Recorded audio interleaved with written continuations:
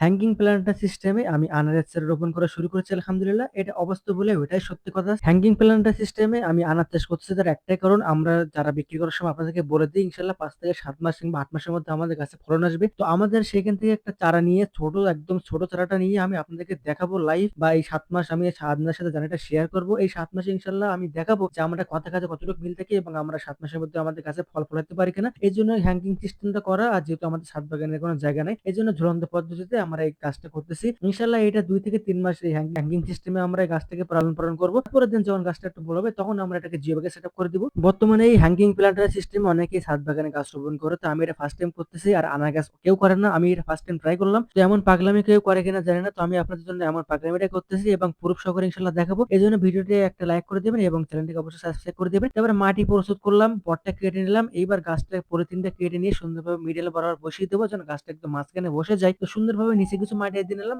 মাটি দেওয়ার পরের দিন গাছটা বসিয়ে দিলাম। দিয়ে এবার সুন্দরভাবে সাইডে মাটি দিয়ে হালকাভাবে চেপে দেবো। দেওয়ার পরের দিন পানি দিয়ে দেবো। দেখবো যে নিচে পর্যন্ত পানি গিয়ে পানি নিষ্কাশনটা ভালো হয় কিনা। পানি নিষ্কাশনটাই বড় বিষয়। পানি নিষ্কাশন যদি না হয় সেক্ষেত্রে গাছ মারা যেতে পারে। এরপরে পরে সাইডে সুন্দরভাবে ছিদ্র করে নিয়ে দড়ি পরে দিয়ে দেন আমরা এটাকে ঝুলাই দেবো ইনশাআল্লাহ। সুতরাং এই পুরো জার্নিটা দেখতে গেলে অবশ্যই আমাদের সাথে যুক্ত থাকতে হবে। তো ভিডিওটি একটা লাইক করে দিবেন, চ্যানেলটা সাবস্ক্রাইব করে দিবেন এবং আমাদের জন্য দোয়া করবেন। আমাদের এই ছোট্ট খামার থেকে ইনশাআল্লাহ একদিন বড় খামারে পরিণত করবে। সে পর্যন্ত সাথে থাকবেন। আসসালামু আলাইকুম ওয়া রাহমাতুল্লাহ।